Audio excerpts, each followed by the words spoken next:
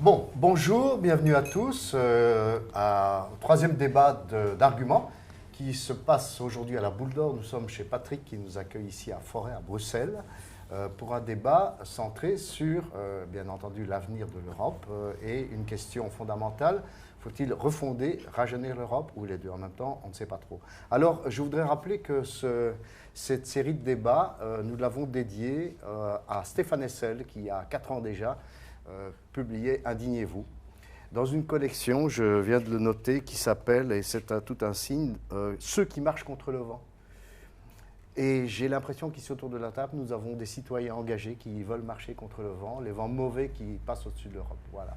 Bon, on va attaquer tout de suite la question. Faut-il donc rajeunir, refonder l'Europe? J'imagine que vous avez beaucoup d'idées là-dessus. Alors, autour de cette table, il y a d'une part de jeunes journalistes citoyens néanmoins, et engagés et spécialisés dans les questions européennes, qui sont en partant de ma droite Mathias, Mathieu et Tiffen, et qui seront là pour interroger mais également intervenir. Et puis en phase 2, mais pas nécessairement contre eux, au contraire, nous avons en partant de ma gauche Jorge Pinto qui représente le parti portugais Livre, exact. Loé Lagrange, qui nous vient de Nouvelle Donne en France. Et puis, à côté d'elle, Charles Paluzzi, qui est également, je pense, un sympathisant de Nouvelle Donne, mais qui est aussi le cofondateur du projet Argument, avec moi-même, Jackie de Gueldre. Voilà. On y va. Qui veut commencer? Qui veut ouvrir le débat? Qui a une réponse à cette question? Sinon, j'ai peut-être un chiffre à vous proposer pour lancer le débat. Rappelons-nous, il y a quelques mois, c'était les élections européennes. Alors, j'ai commencé par parler de ceux qui marchent contre le vent, et bien entendu, j'espère, les jeunes. Mais où sont les jeunes? Il y a 57% d'abstention, paraît-il, en moyenne, sur le plan européen aux dernières élections européennes. Qu'est-ce qu'on fait avec ça? Où sont les jeunes? Je vous le demande. Où sont les jeunes? Déjà, il y en a quelques-uns autour de la table, là, je pense. La question, justement, du taux d'abstention aux dernières élections européennes, c'est ce qui nous, ici, nous trois, avec l'un des caméramans qui a aussi qui filme le débat. Basile, oui, je vais le citer. Ouais. Nous a poussé en fait à lancer un projet dont tout à l'heure on vous parlait un petit peu, qui est un projet en fait de plateforme web qui essayerait d'éveiller un peu les consciences des citoyens sur les thématiques européennes, de leur faire comprendre un petit peu le fonctionnement décisionnel européen. Et qui s'appellera qui s'appellera Europinion. D'accord. Europinion, donc prononcé à l'anglaise, c'est un petit jeu de mots pour voilà, qui donnerait d'une part des informations sur le fonctionnement de l'Europe et montrer l'impact en fait des décisions européennes sur la vie quotidienne des citoyens. D'autre part, qui permet aux citoyens aussi de donner leur avis en fait sur ce qui se passe à l'Europe. C'est un petit peu le projet que nous on va mener dans les prochains mois, on espère. Et voilà, donc j'imagine, vous, en tant que nouveau parti, vous partez un peu du même principe, de vouloir essayer de rendre les citoyens plus conscients sur les choses qui se passent à l'Europe et de faire bouger les choses. Comment est-ce que vous vous y prenez peut-être quels sont un peu vos points de vue par rapport à ça? Alors du coup, d'une question, on passe à deux complètement différentes. Ah oui, c'est surprenant ici. Du coup, je vais revenir quand même un petit peu en arrière sur cette question de l'abstention. 57%, c'est l'abstention en général, donc pas seulement chez les jeunes.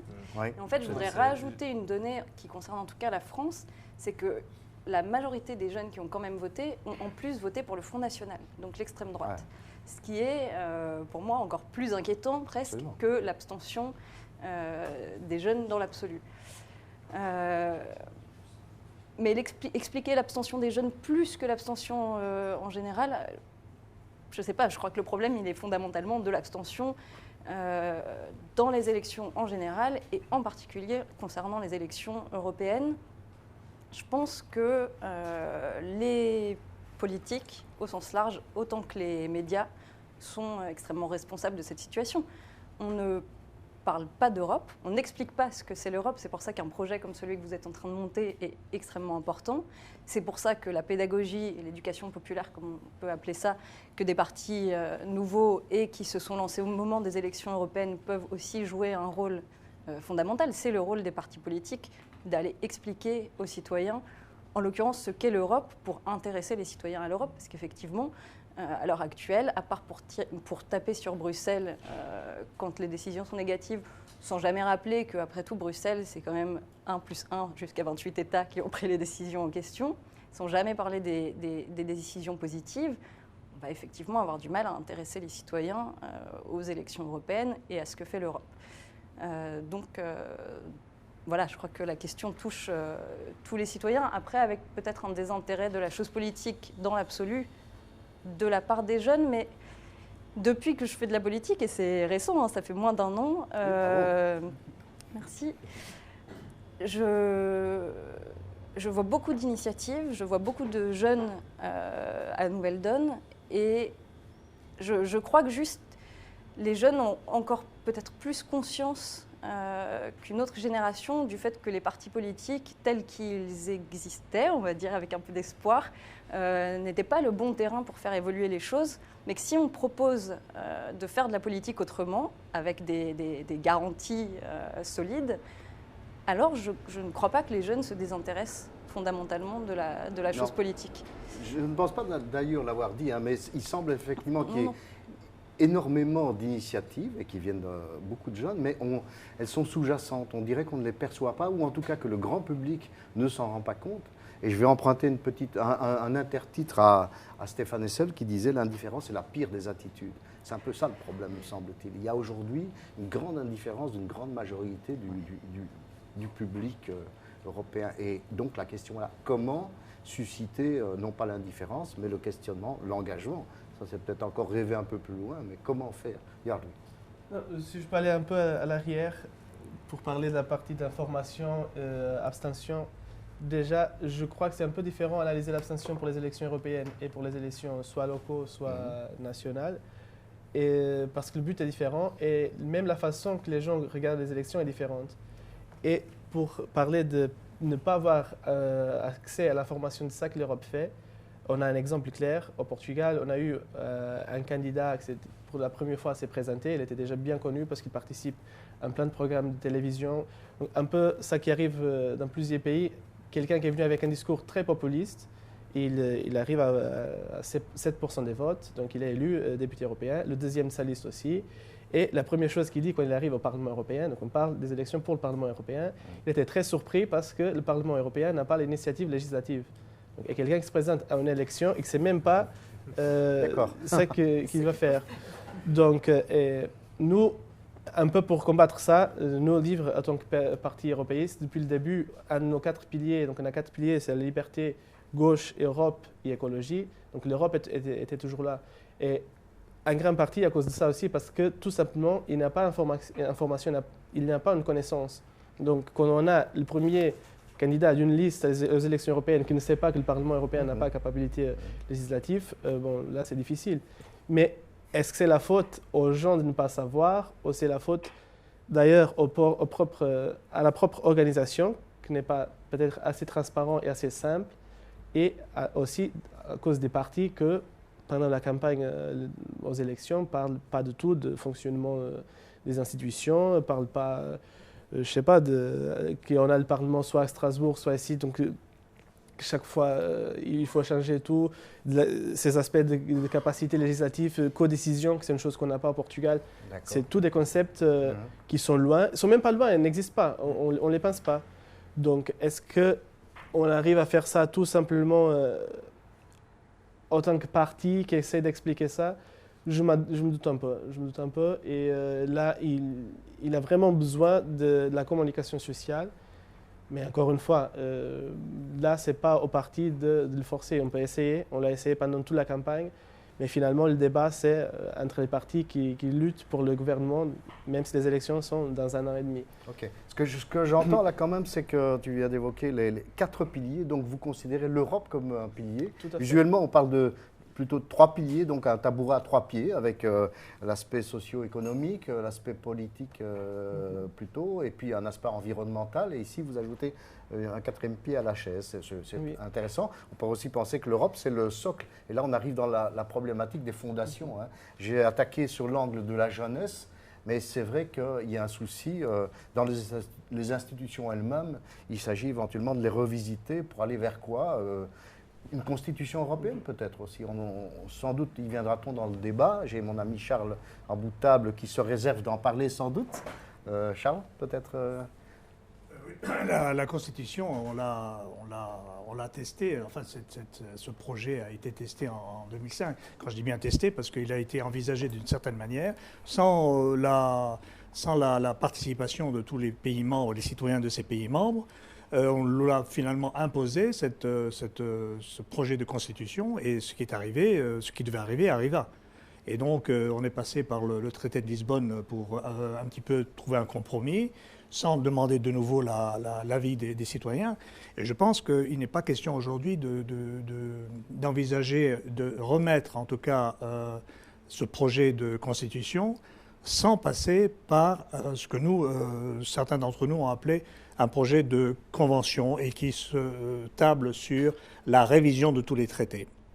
Car depuis la création de l'Union européenne, on est passé par la fameuse CECA dans les années 50, qui est devenue la CEI après, et après la CEI qui est devenue l'Union européenne. Donc deux étapes très importantes en plus de 50 ans. Et ces 2 étapes me paraît long et court à la fois, où on bénéficie aujourd'hui que d'une seule institution, l'Union européenne, sans la provoquer de changements, sans remettre en question ces institutions. Et donc, les traités, c'est une succession. L'Union européenne est une succession de traités, et donc il faut revoir ces traités avant de songer à une constitution, si la constitution est nécessaire. Parce que je pense qu'il ne faut quand même pas se leurrer, contrairement à ceux qui, comme d'ailleurs certains comme Guy Verhofstadt, qui voudraient les États-Unis d'Europe, je pense que c'est pire qu'une utopie, je crois que c'est une erreur, parce que nous sommes différents de la création des États-Unis. En Europe, nous sommes plusieurs pays qui ont leur histoire. Certes, nous avons partagé entre nous la même histoire, les mêmes drames, les mêmes rêves, mais nous ne sommes pas comme les États-Unis.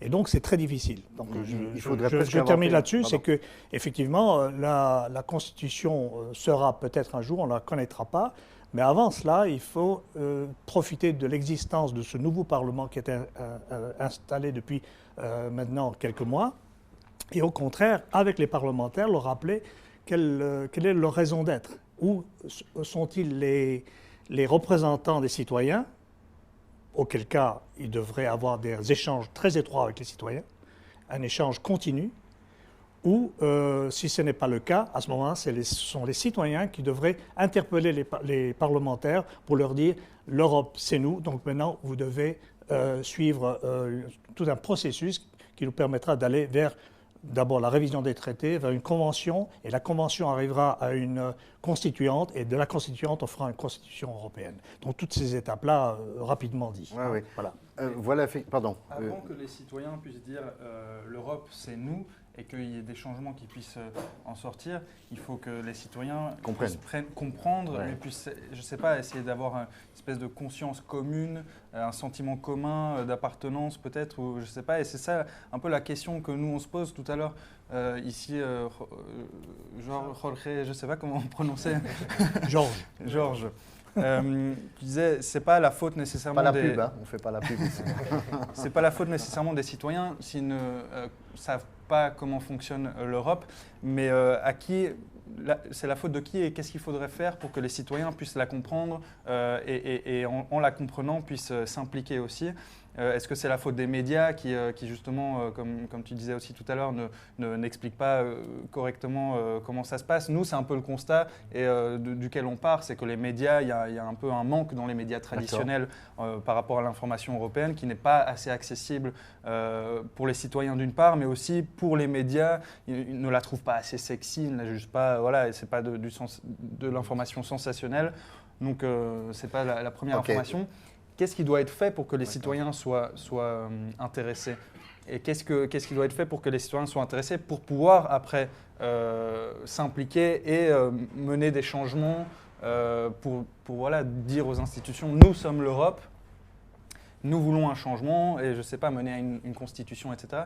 Et est-ce que, je ne sais pas, les nouveaux partis comme vous ont des débuts de réponse à ce genre de questions-là? Qu'est-ce qui doit être fait pour impliquer les citoyens C'est ça. Donc vous dites, Tiffany, Mathieu, Mathias, il faut une pédagogie de l'Europe. Avant de vouloir refonder l'Europe sur d'autres bases, il faut commencer par expliquer ce qui fonctionne ou ne fonctionne pas, mais pourquoi et avec quoi, avec quels instruments. Tandis que là, on est déjà une étape plus longue. On dit, bon, ces instruments, on rentre dedans. On n'a pas Podemos autour de la table, on aurait espéré les avoir, mais Podemos est sur le point d'éventuellement monter demain au pouvoir, ce qui est tout à fait nouveau par rapport à l'émergence justement de ces nouveaux partis en Europe. Et ce n'est pas pour faire la même chose, évidemment, c'est pour faire de la politique autrement, effectivement. Donc là, on est ailleurs, dans un domaine d'exploration, je dirais. La réponse Oui, de but en blanc. Non, c'est une question difficile. Effectivement, on s'est lancé avec les élections européennes, ce qui symboliquement est très fort, c'est-à-dire que l'Europe est une constante à nouvelle donne.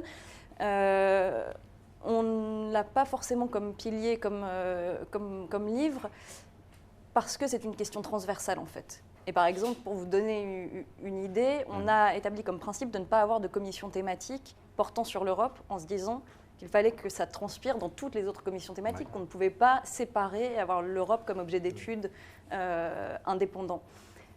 En parallèle, on essaye de monter des projets qui vont dans le sens de ce que vous dites. Donc il y a cette plateforme un peu informelle à Bruxelles avec plusieurs parties, dont Livre, dont Podemos, celle pour l'Italie, Syriza pour la Grèce, qui n'a pas de nom. Ce sont des discussions informelles autour de sujets européens pour voir justement comment on peut sensibiliser, déjà comment on peut évaluer notre capacité à avoir une voix commune potentiellement sur certains sujets, et puis voir comment à la maison, puisqu'en fait c'est tous des représentants des partis à Bruxelles, donc c'est aussi un peu facile entre guillemets, mais voir justement si on peut se servir de ce type de plateforme pour répercuter des idées, des projets, l'Europe, chacun de retour chez soi. On est en train de mettre en place aussi ce qu'on appelle pour l'instant le député européen virtuel. Donc on n'a pas eu de député, mais on se dit il faut qu'on trouve un moyen pour continuer à prendre des positions sur les sujets européens pendant cette mandature, pour relayer l'information européenne en tant que nouvelle donne, et continuer à échanger sur ces thèmes, et aussi du coup montrer qu'on aurait été en capacité d'assurer si on avait eu des députés au Parlement européen. Donc on a déjà un groupe qui travaille comme ça et qu'on va essayer de formaliser sur les réseaux sociaux, sur le site internet, pour avoir une voix européenne, nouvelle donne. Ça, je pense que ça fait partie des choses qu'on peut faire. Ce serait comme un personnage fiction, le député européen virtuel, mais ce que vous auriez fait si vous aviez pu avoir une place. Deux choses. Notre position, la position qu'on aurait eue si on avait eu un député sur tel ou tel thème, on s'est prononcé par exemple sur le secret bancaire qui est passé et sur la nouvelle commission, bien entendu, et relayer l'information européenne de manière justement un peu plus sexy et sur le site de Nouvelle Donne pour faire en sorte que nos adhérents qui visitent notre site soient confrontés, malgré eux, j'ai envie de dire, à l'actualité européenne. Parce que j'aime Nouvelle Donne, j'aime l'Europe, j'ai envie de dire ça de manière un peu simpliste. En parallèle, on a une forte mobilisation à Nouvelle Donne contre le traité transatlantique, TAFTA ou TTIP pour les intimes, qui est un sujet européen par définition. Alors c'est un peu triste que ce soit un sujet européen. On peut peut-être rappeler le traité en question, de quoi il retourne donc c'est un traité entre l'Union européenne et les États-Unis qui est négocié depuis 1 an, je dirais maintenant. Plus. Et qui vise à simplifier le libre-échange entre l'Union européenne et les États-Unis, avec des conséquences potentiellement assez dramatiques au plan social et environnemental. Tout ça pour, paraît-il, faire augmenter la croissance dans l'Union européenne. Le FMI vient de nous expliquer que en fait, Nouvelle Donne avait raison, la croissance ne reviendrait pas. Donc, on peut avoir des doutes sur l'intérêt de ce traité, au-delà même des conséquences néfastes pour les sociétés. Enfin, pour la société, pas les sociétés au sens d'entreprise. Et là-dessus, donc, comme je le disais, c'est dommage parce que c'est un sujet négatif par rapport à l'Union européenne. Mais en même temps, on voit des évolutions et on voit que les citoyens peuvent avoir un impact sur ce qui se passe dans l'Union européenne et que les citoyens sont prêts à se mobiliser sur des sujets européens parce que les mobilisations contre ce traité transatlantique sont assez fortes. En général, on se mobilise contre. C'est peut-être un peu ça le problème, non ? Et alors, pouvoir se mobiliser pour quelque chose. Effectivement, c'est un problème. Ça a été un problème pour nous pendant la campagne. À Nouvelle Donne, on a adopté, dès la fondation du parti, une charte éthique dans laquelle on s'interdit toute critique, ce qu'on appelle non constructive. On critique, d'accord, si on a des propositions en face. Et donc, on est dans un état d'esprit très positif pour quelque chose, pas contre quelque chose, et on n'a pas de député européen aujourd'hui. Podemos, qui a un programme assez proche du nôtre pour les européennes, dans son discours politique, a été extrêmement populiste et a été contre l'Europe telle qu'elle est, contre l'Allemagne, contre Merkel. Ils ont 5 députés au Parlement européen.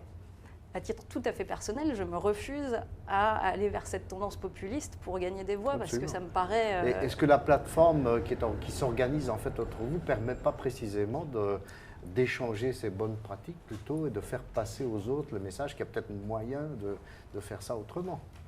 Est-ce que ça fonctionne comme ça entre vous ? Est-ce qu'avec Syriza, avec ça pourrait bien sûr, mais en attendant, malheureusement, Podemos va devoir nous rétorquer que ça a marché pour eux et pas pour nous. Oui. Si je peux me permettre, c'est différent. Après, je ne connais pas très bien l'origine de Nouvelle Donne, mais nous, on est un vrai nouveau parti dans le sens où on est créé du zéro. Podemos, sa base, c'est les assemblées populaires, donc ils sont ensemble comme différents groupes, pas organisés dans une vraie structure, mais les gens sont ensemble depuis 2, 3, 4 ans. Donc ils travaillent depuis ce moment-là. Et c'est un nouveau parti, juste, mais avec une base très forte, très solide et surtout très dispersée. Parce que nous, on a un peu ce problème, on a beaucoup de monde dans la région de Lisbonne, par exemple, à Porto, mais le reste du pays est difficile à arriver aux gens. Donc eux, ils avaient cet avantage, ils étaient déjà organisés. Mais avec un modèle qui est complètement différent, ça aussi, il faut peut-être poser la question. Tu parles de structure de parti. En général, quand on pense à structure, on pense à une pyramide avec un top, etc. Bon, on sait bien que chez Podemos, ça a démarré. Il y a malheureusement un absent autour de la table. J'espérais qu'on puisse parler des cercles citoyens sur lesquels nous avons travaillé aussi, c'est-à-dire plutôt une géographie horizontale des mouvements. Je suis fier d'être dans un parti politique. Ouais. Je crois que ce populisme anti-parti politique est dangereux d'ailleurs, parce qu'on a beaucoup de dictatures qui ont commencé comme ça. Donc je le dis fièrement, je suis membre d'un parti politique. Mais une chose, c'est être un parti politique et s'isoler de la société. Toute une autre chose est être un parti politique ouvert à la société. Et nous, en tant que parti politique, une image et un nom qu'on a assumé depuis le début, on a réalisé les premières élections primaires au Portugal. On a eu dans les 6 premiers de la liste 3 indépendants qui ne sont même pas membres du parti. Ça, on parle d'un parti créé à mars, les élections à mai. On arrive à 2,2% des votes. C'est le meilleur premier résultat de l'histoire des élections européennes au Portugal et le deuxième mieux de 40 ans de démocratie. Tout ça en 2 mois.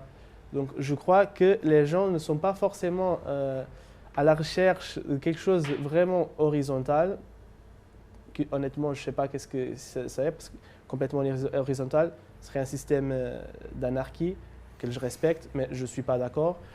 Toute une autre chose, c'est avoir des groupes locaux. Comme on a un groupe ici à Bruxelles, par exemple, oui. On va faire la semaine prochaine, le 7 décembre, une session ouverte à tous ici avec des représentants des plus grandes associations pour les émigrés ici en Belgique, en tant que parti politique.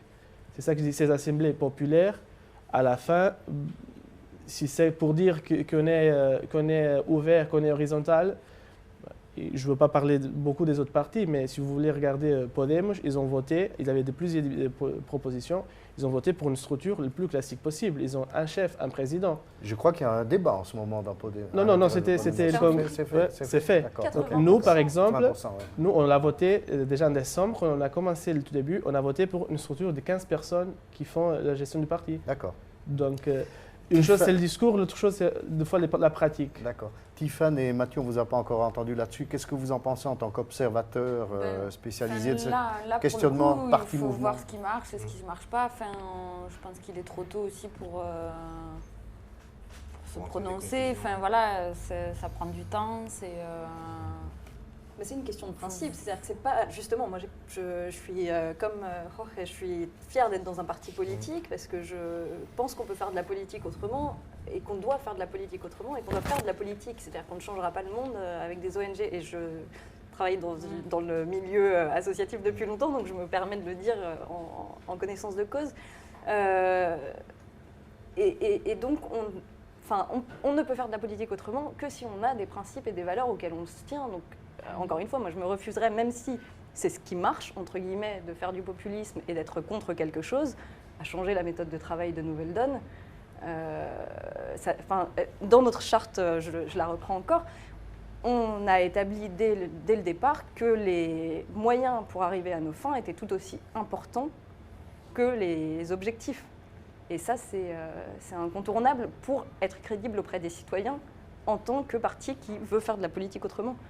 Et vous pouvez être contre quelque chose. Bien sûr. L'idée, c'était que pour être contre quelque chose, il faut pouvoir proposer quelque chose. Et donc, c'est la critique constructive comme... Il y a ça, mais aussi ne pas...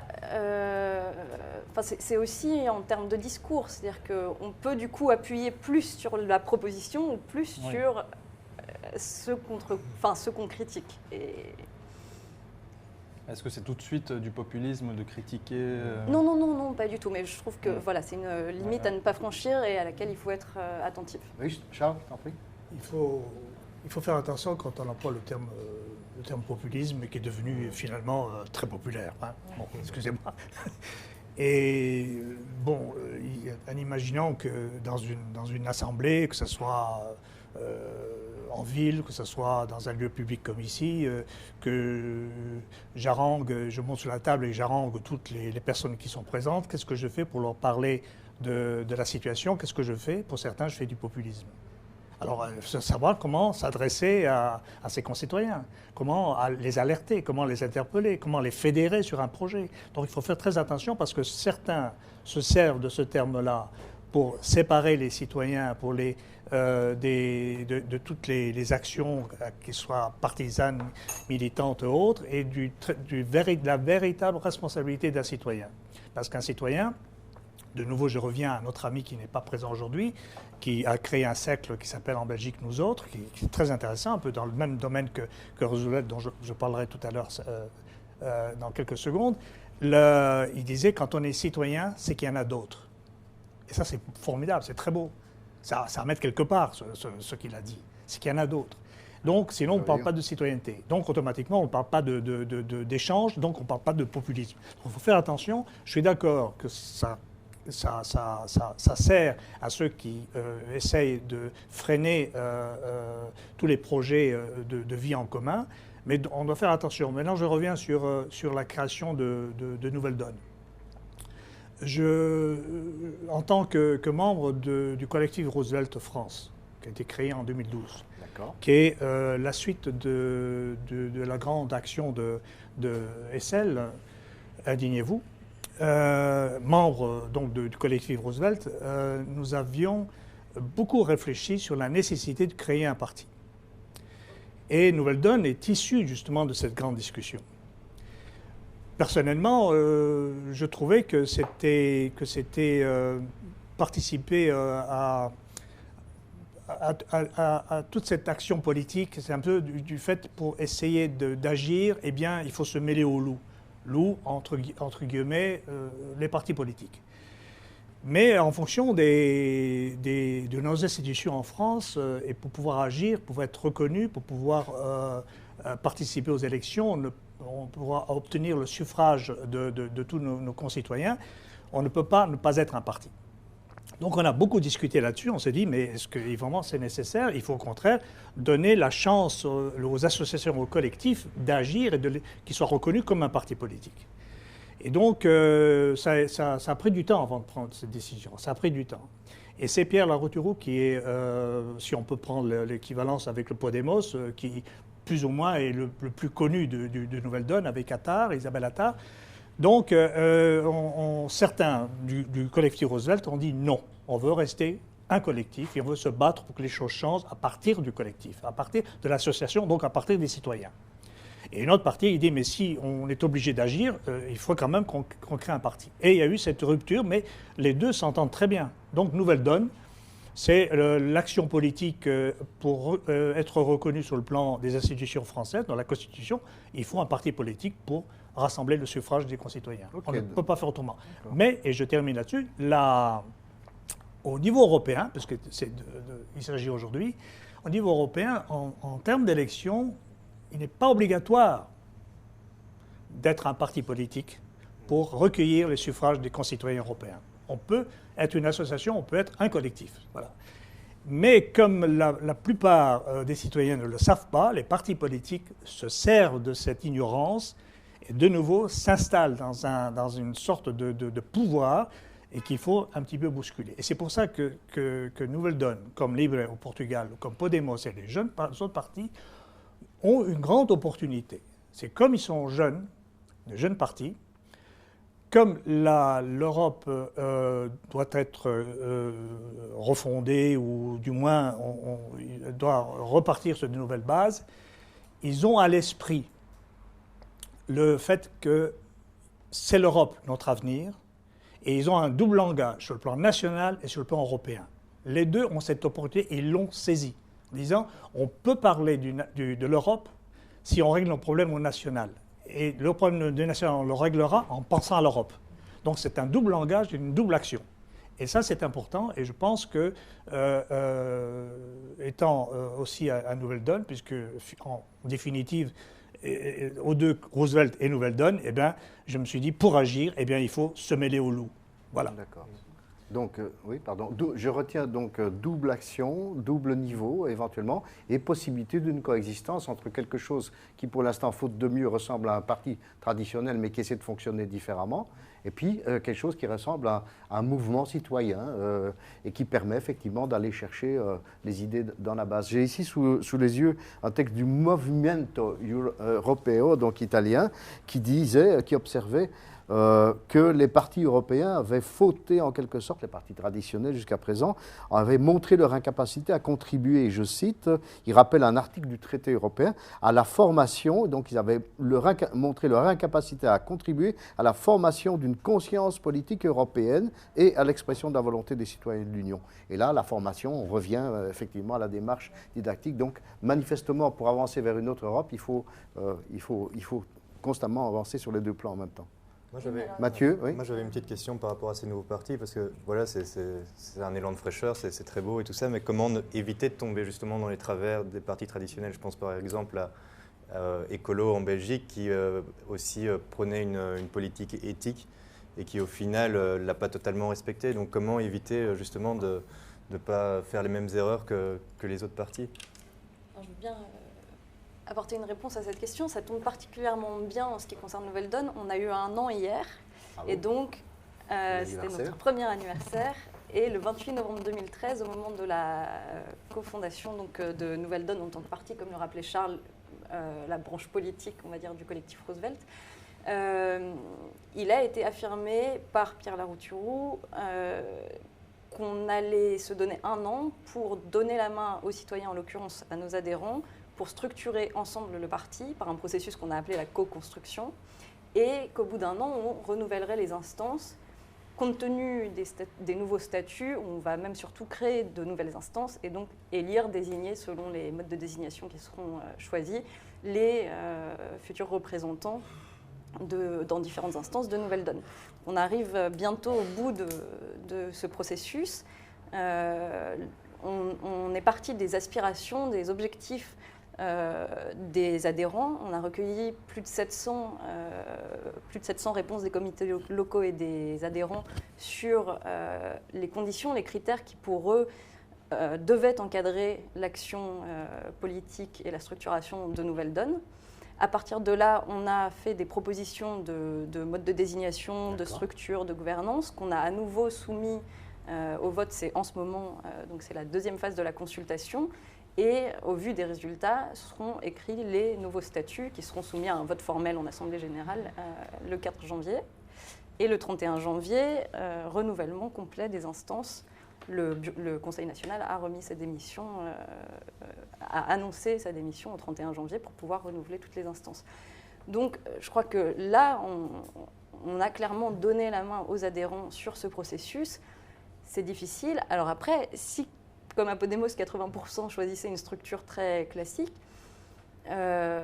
comment on ferait? On a quand même la charte éthique, qui est un document qui ne bougera pas, en tout cas qu'on maintiendra et qui pourra évoluer, mais qui reste la base et qui fixe des conditions très claires de la manière dont on peut gérer la vie politique à Nouvelle Donne. Donc ça, quelle que soit la structure, c'est quelque chose auquel on peut se rattacher. Et il y a déjà des acquis pour les nouveaux statuts qui nous empêcheront de faire de la politique de manière trop traditionnelle. Mais l'essentiel, c'est de suivre la volonté des adhérents. Donc ça, on ne peut pas sans lever trop le voile là-dessus, est-ce qu'on voit apparaître là-dedans, comme dans les cercles citoyens, par exemple, des notions comme la décision par consentement ou bien l'élection sans candidat? Alors, c'est intéressant. La décision par consentement, un peu. Mais surtout, il y a beaucoup de liberté qui est donnée, a priori, aux instances surtout locales sur leur mode d'organisation.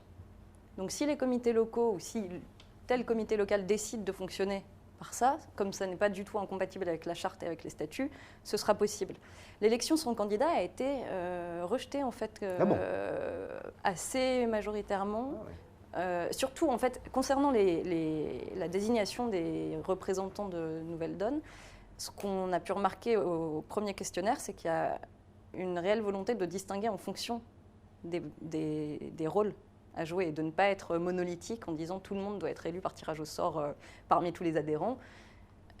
Et là-dessus, je crois que c'est assez judicieux parce qu'on ne peut pas, en fonction des rôles à jouer, choisir nos représentants de la même manière. Le tirage au sort fonctionnait au départ de la démocratie athénienne. Mais ici, justement, l'élection sans candidat, c'est peut-être pour expliquer à ceux qui ne savent pas, mais c'est est-ce que c'est justement, ça fonctionne par tirage au sort après, la personne qui sera désignée Pas nécessairement, ça veut dire en tout cas qu'on ne se déclare pas candidat, mais que c'est le groupe qui fait apparaître le nom de quelqu'un qui paraît naturellement le candidat, un petit peu comme le concile, je veux dire. Je pense que ça doit fonctionner un peu comme ça. Je ne suis pas dans le secret des saints, mais... Charles. Mais pour revenir à l'Europe, ce qui est nécessaire... Revenons à l'Europe. Oui, merci, ce qui est nécessaire. Maintenant, parlant de ces jeunes partis, il y a un risque à éviter. C'est qu'en tant que parti politique, donner la priorité effectivement à tous les problèmes nationaux, sans oublier les problèmes à résoudre sur le plan européen, c'est ne pas rester dans la critique et l'opposition, systématiquement.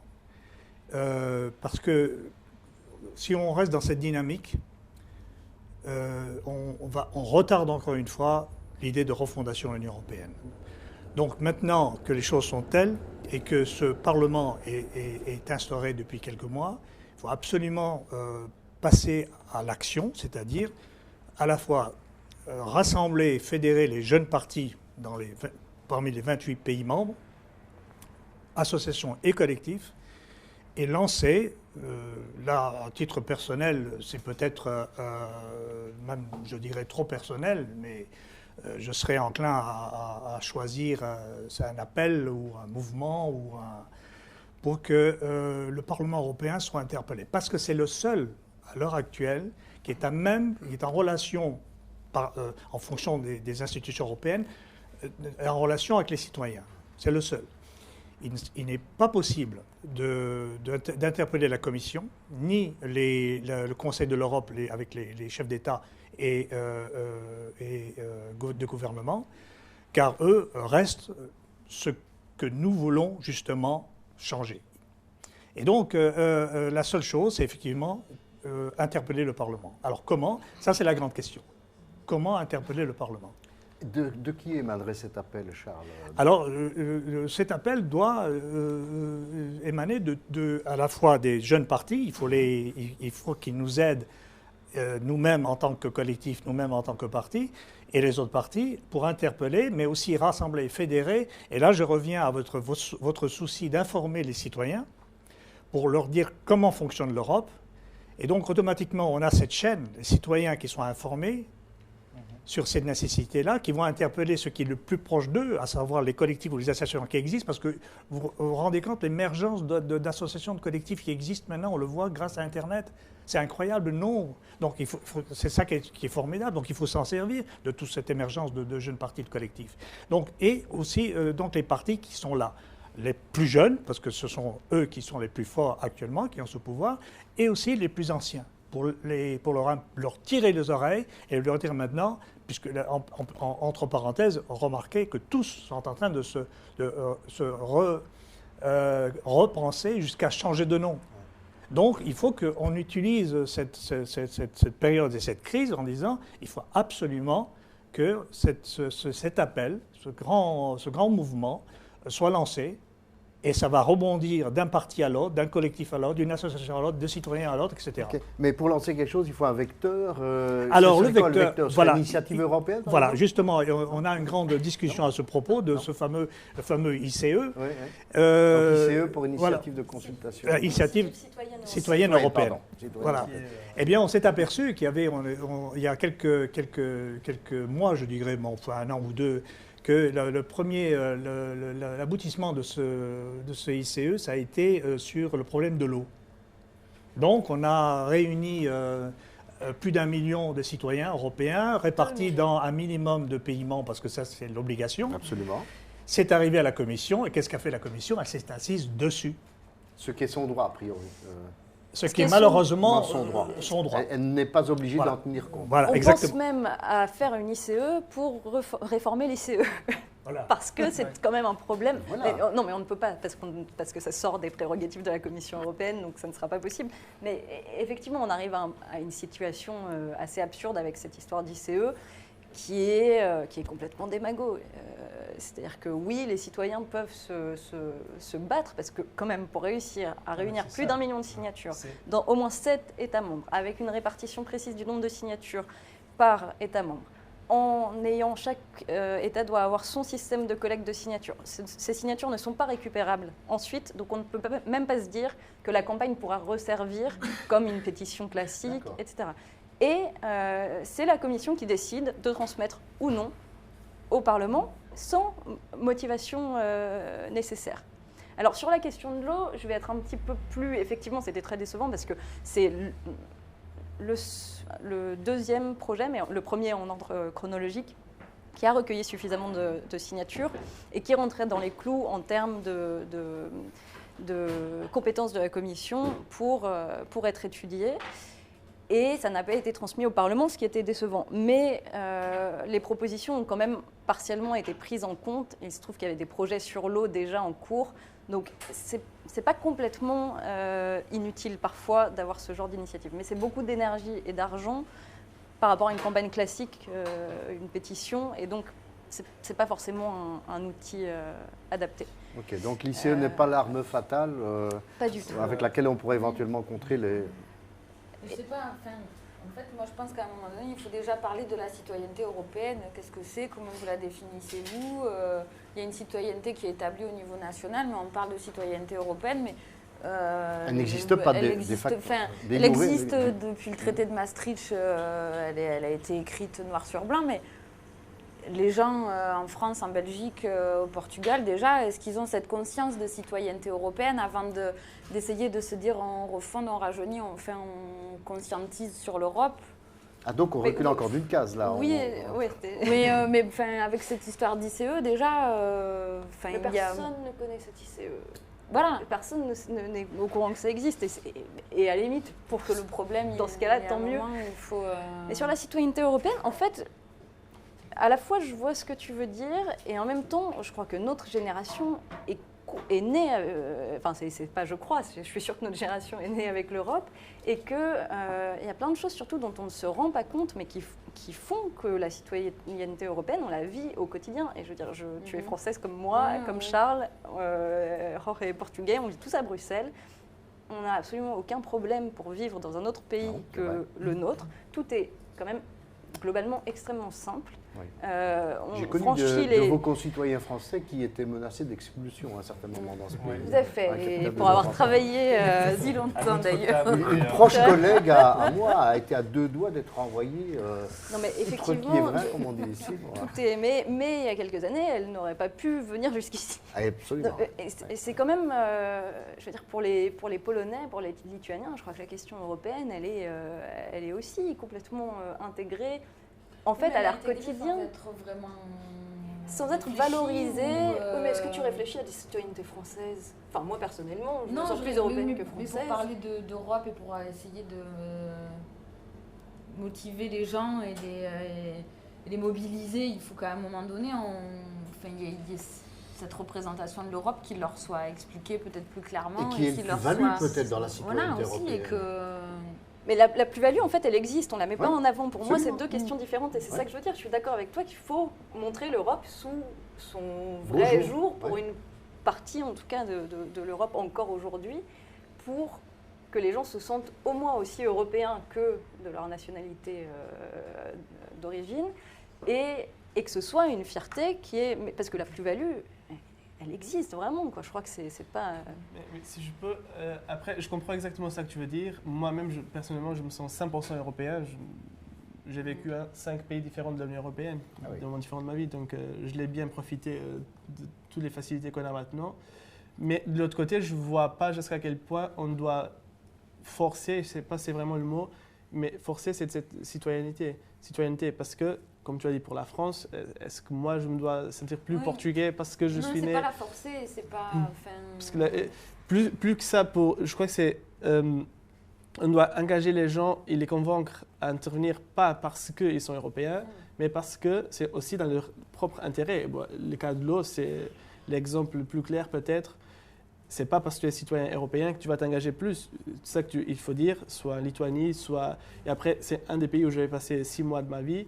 Et là, vraiment, ils essayaient de dire tout le temps qu'ils étaient européens. Ils étaient déjà... C'était en 2008, ils voulaient entrer de l'euro le lendemain si possible. Mais là, pas forcément pour être européen, mais encore une fois pour opposition contre quelque chose. Donc, le cas, la Russie, c'est clair. Donc, cette citoyenneté en soi-même, même si c'est bien, je ne sais pas jusqu'à quel point on peut la mettre dans les traités, même si elle est déjà... En fait, ce n'est pas tant pour leur faire montrer qu'il y a une plus-value. Je pense que déjà, au départ, c'est les intéresser à l'Europe, qu'elle leur plaise, ou qu'après, ils puissent eux-mêmes avoir les clés en main pour arriver à se dire s'ils ont envie de l'Europe ou s'ils n'ont pas envie de l'Europe, parce que... Je comprends, parce que d'un côté, on le sait bien, parce que voilà, on est tous étrangers, on presque tous étrangers ici. C'est fantastique et tout ça, mais il faut peut-être leur laisser le choix aussi de se dire est-ce que c'est fantastique ou est-ce que c'est pas fantastique. La plupart du temps, on dit que c'est pas fantastique, c'est surtout ça. Le problème, c'est ça. Et après, tu penses pas que tu peux voyager sans passeport. On leur dit une fois tous les 5 ans, quand il faut aller voter, l'Europe, c'est génial. Et puis après, on leur parle plus vraiment d'Europe et on revient qu'au bout de 4 ans et demi, quand il y a les élections qui... Non, je crois qu'il y a un problème principal, c'est que l'Europe n'est pas une union. On parle ici d'Europe, on ne parle pas d'union. Et après, comment est-ce qu'on peut, en tant que citoyen, accepter bien l'Europe quand on a, en Belgique, je crois l'année passée, il y a 2 ans, une grosse usine de Ford est passée en Roumanie, donc un autre pays de l'Union. Au Portugal, très récemment, je suppose qu'on n'a pas changé, les top 20 entreprises de notre bourse, 19 avaient le siège social dans un autre pays de l'Union européenne, majoritairement en Hollande. Et donc, il y a quelque chose qui ne va pas bien, pour même ne pas parler de LuxLeaks qui vient de sortir. Donc, tu vois, c'est tout ça, pour moi, plus avant, pas plus, je me dis avant que essayer de créer ce concept de citoyenneté européenne, c'est corriger ces situations. Parce que quand on a une Union européenne où il y a une énorme compétition entre les pays membres de cette Union, difficilement on va arriver à convaincre, parce qu'après on peut parler, voilà, mais tu as la politique agricole commune, tu as l'Erasmus, tu as un certain nombre de programmes qui te donnent de l'argent ou qui aident à l'intégration, mais peut-être on ne sait pas les vendre. Donc ça n'aide pas à la construction d'une identité européenne. Et après, comme je disais, on sort ce genre de choses que pour construire une union, en fait, ça fait le contraire. Ça aide à déconstruire. Ou quand tu as des pays du sud de l'Europe qui payent pour ses dettes 7% et plus, et tu as un pays comme l'Allemagne qui a arrivé à pourcentage négatif. Donc les banques les payaient au État allemand pour acheter la dette. Ça, ce n'est pas une union. Je n'arrive pas à appeler ça une union quand on a ce genre de situation. Donc c'est là, et les mécanismes existent. Donc les cas de LuxLeaks ou les transitions, il faut imposer les multinationales. Mais ça, même avant le scandale, était clair dans notre programme politique. Par exemple, un impôt sur les transitions financières des multinationales, dont 99 ou 99% de l'impôt va aux États. Donc aux États et là, encore une fois, entrer dans le discours européen, ce n'est pas forcément un traité européen, peut-être la coopération renforcée qui existe déjà, d'ailleurs. Sur la taxe sur les transactions financières. Voilà, donc ils peuvent faire ça. Ils partagent les 99% des impôts de ces transactions et le 1%, donc c'est pas beaucoup, l'1% reste pour un fonds pour aider la science, le développement et la création d'emplois. Donc c'est des petites choses, à la fin pas si compliquées, mais qui manquent la volonté des gouvernements surtout. Et là, je reprends ça que Charles a dit, que je suis tout à fait d'accord, c'est les niveaux d'action. Donc à niveau national, on peut aussi faire ça. Si on arrête d'être seulement contre quelque chose et on commence à être pour quelque chose, si on accepte d'occuper un rôle de pouvoir, disons, nous, en tant que des gens qui défendent une union plus forte, une vraie union, on peut arriver dans un gouvernement à dire ça, je veux ça. Et s'il y a plusieurs gouvernements qui acceptent à approfondir l'effort européen, là, la situation sera beaucoup plus facile. Parce que je sais que pour l'instant, le seul organisme pour lequel on peut voter à niveau européen, c'est le Parlement. Mais peut-être n'est pas assez. Pourquoi pas penser à un Sénat européen, comme on a maintenant le Conseil de l'Union européenne, que personne n'a aucune idée de qui nous représente ces pays. Moi, personnellement, je sais que c'est un ambassadeur de carrière, donc personne ne le sait, personne ne le connaît, personne ne l'écoute. Pourquoi ne pas avoir un Sénat européen où chaque pays a 2-3 représentants, mais chaque pays a le même numéro de représentants et qui fonctionne comme un peu la chambre haute de l'Union européenne. C'est pour avoir un système bicaméral parce que voilà. C'est usuellement comme ça. Bicaméral et plus transparent. C'est pour permettre peut-être d'avoir une autre forme de représentation. Est-ce qu'on pourrait, par exemple, imaginer au niveau européen un parlement du monde associatif ? Aussi, je ne sais pas exactement comme un parlement, parce que là, on perd un peu la partie associative. Je veux dire, on a beaucoup d'associations parce qu'elles spécialisent dans des domaines différents. Et ça est bon, clairement. Après, si on va avoir un parlement, bien sûr, on ne peut pas tous avoir. Et qui est-ce qu'on va choisir? À la fin, sera le représentant. Ça devient un peu le même principe que... Charles, vous réagit là. Pour rebondir sur ce que tu viens de dire concernant un système de Sénat, ajouter une autre chambre, dans la perspective de la refondation de l'Union européenne. Certains d'entre nous, et moi principalement, j'ai songé à, d'une part, résoudre ce problème entre Bruxelles et Strasbourg, n'est-ce pas? Cette absurdité. Cette bipolarité. Voilà. En imaginant qu'effectivement, on arrive à refonder par traité l'Union européenne, à créer vraiment des institutions qui fonctionnent, eh bien, automatiquement, ce serait nécessaire d'avoir, puisque tout ce que tu as dit concernant, et aussi la question de Tiffaine concernant l'absence du citoyen européen, ou qu'est-ce que c'est qu'un citoyen européen, c'est qu'il y ait une double représentation. Il y a le Parlement européen que j'imagine à Bruxelles. Pour quelle raison à Bruxelles? Parce qu'il est proche des institutions européennes. La Commission est là, les lobbies sont là, les entreprises sont là, etc. Toutes les associations sont là, etc. Et qu'est-ce qu'on fait de Strasbourg? Ben moi, je suggère qu'à Strasbourg, on puisse réunir, disons, 3 fois par an, les représentations des parlements des pays membres, qui créeraient comme un Sénat. Automatiquement, une relation entre les deux. Le Parlement de chaque pays membre délègue une commission qui siège à Strasbourg, qui est en relation avec le Parlement européen. Un Parlement des parlements. Donc, comme un Sénat, si tu veux, etc. Donc, parce que l'un représente des institutions, comme le Sénat en France représente aussi les régions, les communes, etc. Eh bien, à Strasbourg, comme ça, l'hémicycle de Strasbourg servirait à quelque chose, et l'hémicycle de Bruxelles, lui, rentrerait dans ses réelles prérogatives.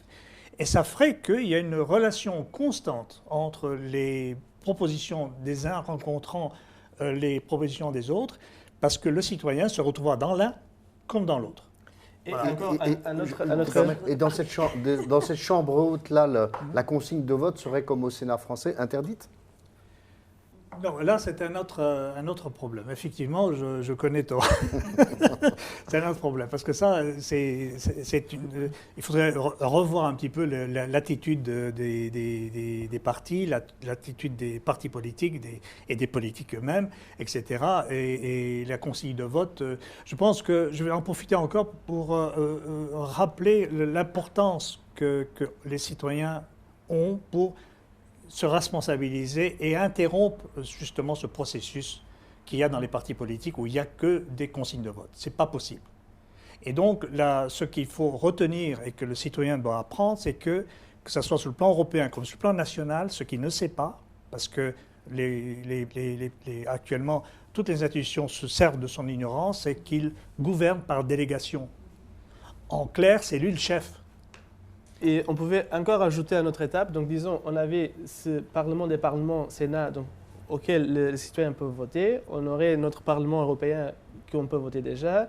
Le Conseil européen, on vote pour nos gouvernements, donc on peut l'élire. Et il manque une toute dernière étape, c'est voter directement pour le président de la Commission. Ouais. Mais ça, on peut le faire de plusieurs façons. Donc, soit on a des candidatures, on vote, soit c'est forcément quelqu'un qui sort du Parlement européen élu.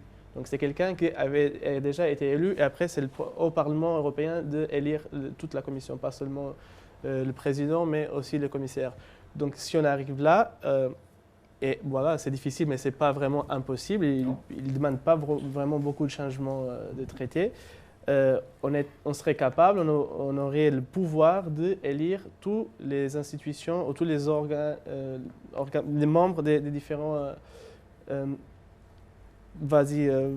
des différentes institutions. Voilà. Donc ça va faire partie des projets de livres pour le futur? Oui, l'idée du Sénat venait déjà dans notre programme. D'accord. Encore une fois, on n'a pas réussi à élire, mais D'abord, on avait déjà clarifié bien ça qu'on défendait, toutes ces idées que je l'ai dit, de la taxe, des transactions des multinationales, l'idée du Sénat, tout ça venait déjà dans notre programme. Bon, Loé, je pense que tu voulais réagir à ce qui vient d'être dit. Oui, j'ai beaucoup de choses à dire sur les interventions de Jorge et de Charles. Allons-y. Jorge, tu parlais tout à l'heure en gros du fait que l'Europe politique c'est essentiel, mais qu'on a un problème de projet social. Tu parlais des entreprises qui, au lieu d'être au Portugal, partent en Roumanie. En France, il se passe exactement la même chose. Et que du coup, pour les citoyens, c'est un peu difficile d'admettre que l'Europe puisse fonctionner finalement avec des pays qui jouent au détriment les uns des autres. Et c'est tout à fait compréhensible. Et c'est pour ça qu'à Nouvelle Donne, pendant toute la campagne européenne et encore aujourd'hui, et ça fait partie, c'est issu aussi des propositions du collectif Roosevelt, on insiste très fortement pour commencer par cette Europe sociale, qui est aujourd'hui inexistante à peu près. Les politiques sociales et les politiques en matière d'emploi ne sont pas des compétences de l'Union européenne.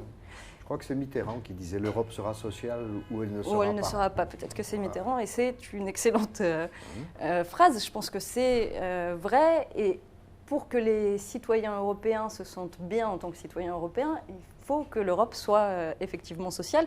Il y a des mesures pas très très compliquées à mettre en œuvre pour que ce soit le cas. Mais donc il faut commencer par là. En 2004, Pierre Larouturou, donc le cofondateur de Nouvelle Donne, avec d'autres personnalités, avait rédigé et élaboré un traité de l'Europe sociale qui permettait justement d'avancer sur ce terrain-là très fortement, qui était un traité qui ressemble aux critères de Maastricht, qui est un traité en fait de convergence sociale et de se fixer des objectifs forts en matière de lutte contre la pauvreté, en matière d'emploi, en matière d'illettrisme et donc en fait de conditions d'éducation qui soient aussi exigeants que les critères de Maastricht, avec des sanctions qui iraient avec, de manière à toujours tirer l'Europe vers le haut en termes de projet social pour éviter que le dumping social et le dumping fiscal nous conduisent à des situations où finalement l'Union européenne, les États membres de l'Union européenne sont en concurrence entre eux. C'est complètement, on doit être pas en concurrence, mais en convergence pour pouvoir faire face à l'adversité, parce que le monde d'aujourd'hui, c'est quand même un peu l'adversité, mais ça ne doit en aucun cas être l'adversité au sein même de l'Union européenne. Donc c'est une condition sine qua non de l'Europe politique. Et donc ce traité de l'Europe sociale avait été présenté au Parlement européen en 2004, au moment de la Convention Giscard, donc au moment de la rédaction du traité pour une constitution européenne. Qui n'a pas abouti.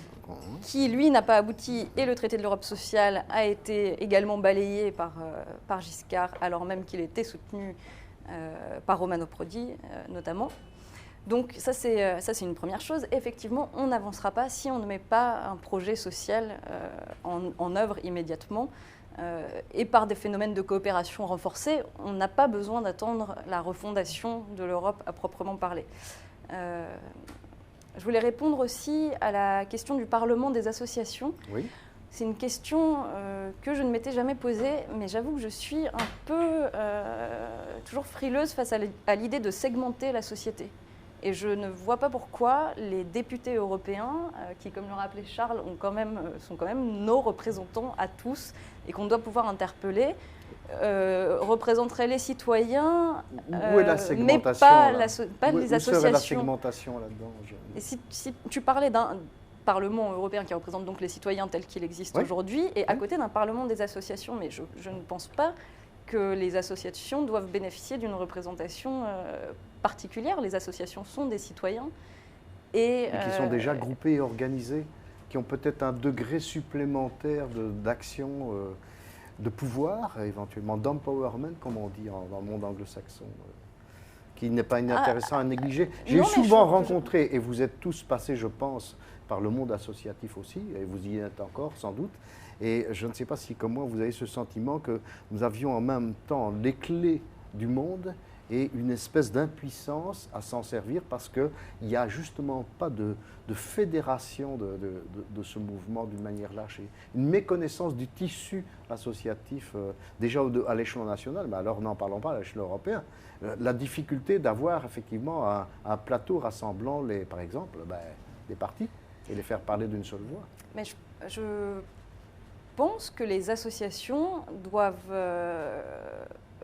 et le font déjà en partie, consacrer leur énergie à faire du lobby auprès des députés européens, pas forcément être dans un parlement séparé. Et alors là, on en vient à la question des lobbies, justement. Alors c'est très marrant parce que quand il s'agit d'une ONG, ça ne s'appelle plus lobby, ça s'appelle le plaidoyer. Oui, or, la démarche est exactement la même. Mettons tout le monde sur le même, sur le même niveau pour donner le pouvoir aux associations d'être aussi influentes auprès des députés que les représentants d'entreprises ou quoi que ce soit. Faisons aussi en sorte d'élire des députés qui ne seront pas influencés sous prétexte de déjeuner dans le restaurant étoilé d'à côté ou ce genre de choses, parce que le problème vient aussi de là. C'est-à-dire, si on avait des députés dignes de ce nom, la petite association qui n'a pas beaucoup de moyens pour faire du lobby aurait finalement autant de poids, voire plus, que l'industrie du tabac ou je ne sais quoi. Oui, pardon. J'ai repéré un titre ici sur le net qui résume un peu ce qu'on vient de dire. Notre impuissance, me semble-t-il, notre impuissance démocratique, 2 points, on ne peut plus changer de politique, seulement de politiciens. C'est ça aussi, non? Il faut une autre école de la politique. C'est peut-être là aussi qu'il faut rajeunir, justement. Oui. C'est dans ce sens-là qu'il faut prendre le rajeunissement du monde politique. Changer d'état d'esprit, de génération en même temps. Mais là, on entre encore une discussion qui a plus de 100 ans. C'est entre la révolution ou entre le réformisme. Donc, le combat des anciens et des modernes. Voilà, la modernité, c'est le mouvement et l'incertitude. Rose Luxembourg, il y a plus de 100 ans, on discutait. Je ne sais pas, c'est vraiment la façon de regarder les choses. Je dis, peut-être on peut le mettre tous les deux ensemble. Peut-être. Pourquoi ne pas avoir une révolution réformiste ou une réforme révolutionnaire? Il y a un doigt qui se lève dans le fond de la salle. Non, c'est genre dichotomie. J'ai toujours peur, un peu le même entre les jeunes et les moins jeunes. D'accord. Voilà, on a commencé le débat, on parle de rajeunir l'Europe, et on a commencé par parler de Stéphane Hessel. On a le président... Attention, Stéphane Hessel est un éternel jeune homme. Tout à fait, mais c'est exactement ça que je pense.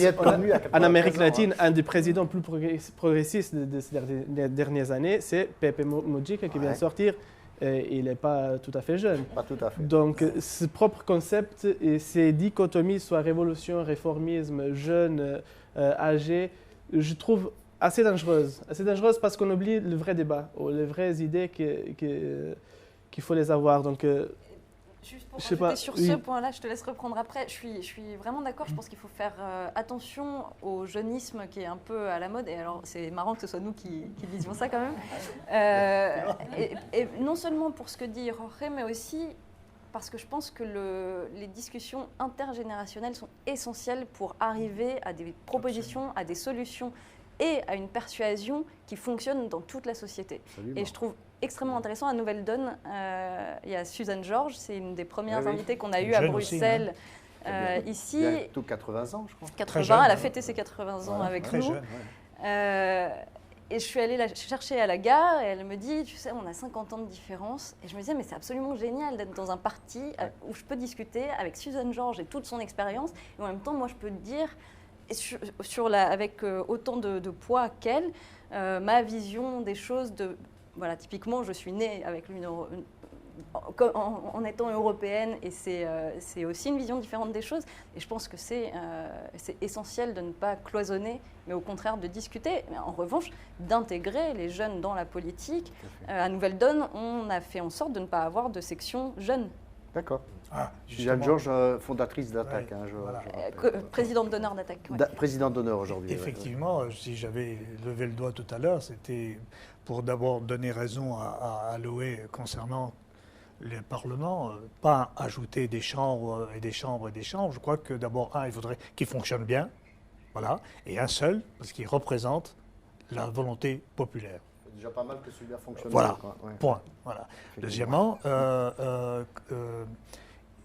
je ne sais pas si parmi vous, vous avez lu ou relu la Déclaration des droits de l'homme, la première constitution qui a fait la première république en France lors de la Révolution en 1793, mais il y a l'article 28 qui est extraordinaire, qui oblige et implique les réformes des constitutions pour ne pas laisser à la génération qui vient le poids des erreurs.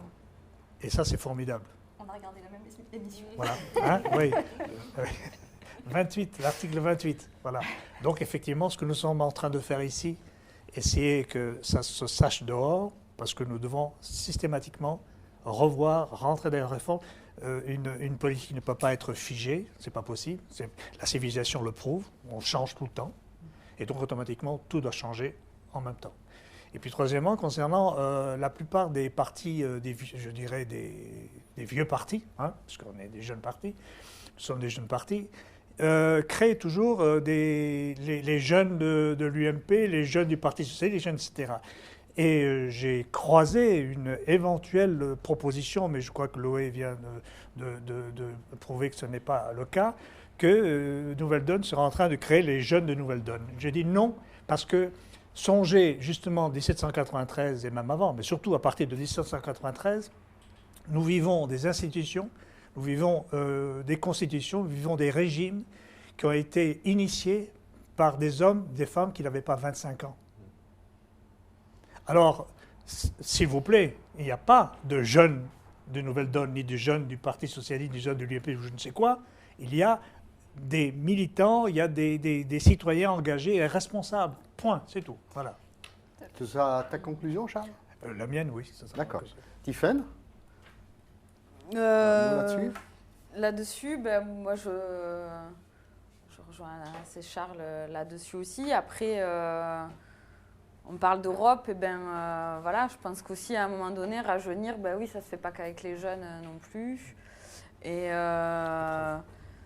mais qu'il faut aussi conscientiser un petit peu à cette Europe-là. Et nous, je pense que dans le projet Europinion, parce que j'ai quand même envie de conclure avec ce projet-là aussi. Et ben voilà, ce qu'on veut, c'est aller dans ce sens-là et que l'Europe, ben, ce soit une affaire de citoyens et que l'Europe, elle soit aussi, ben, voilà, le citoyen soit au cœur de l'Europe et que ben, l'Europe, elle soit racontée par les citoyens aux citoyens et que peut-être que c'est ça aussi qui fera que ben, voilà, elle sera recréée, elle marchera peut-être un peu mieux aussi.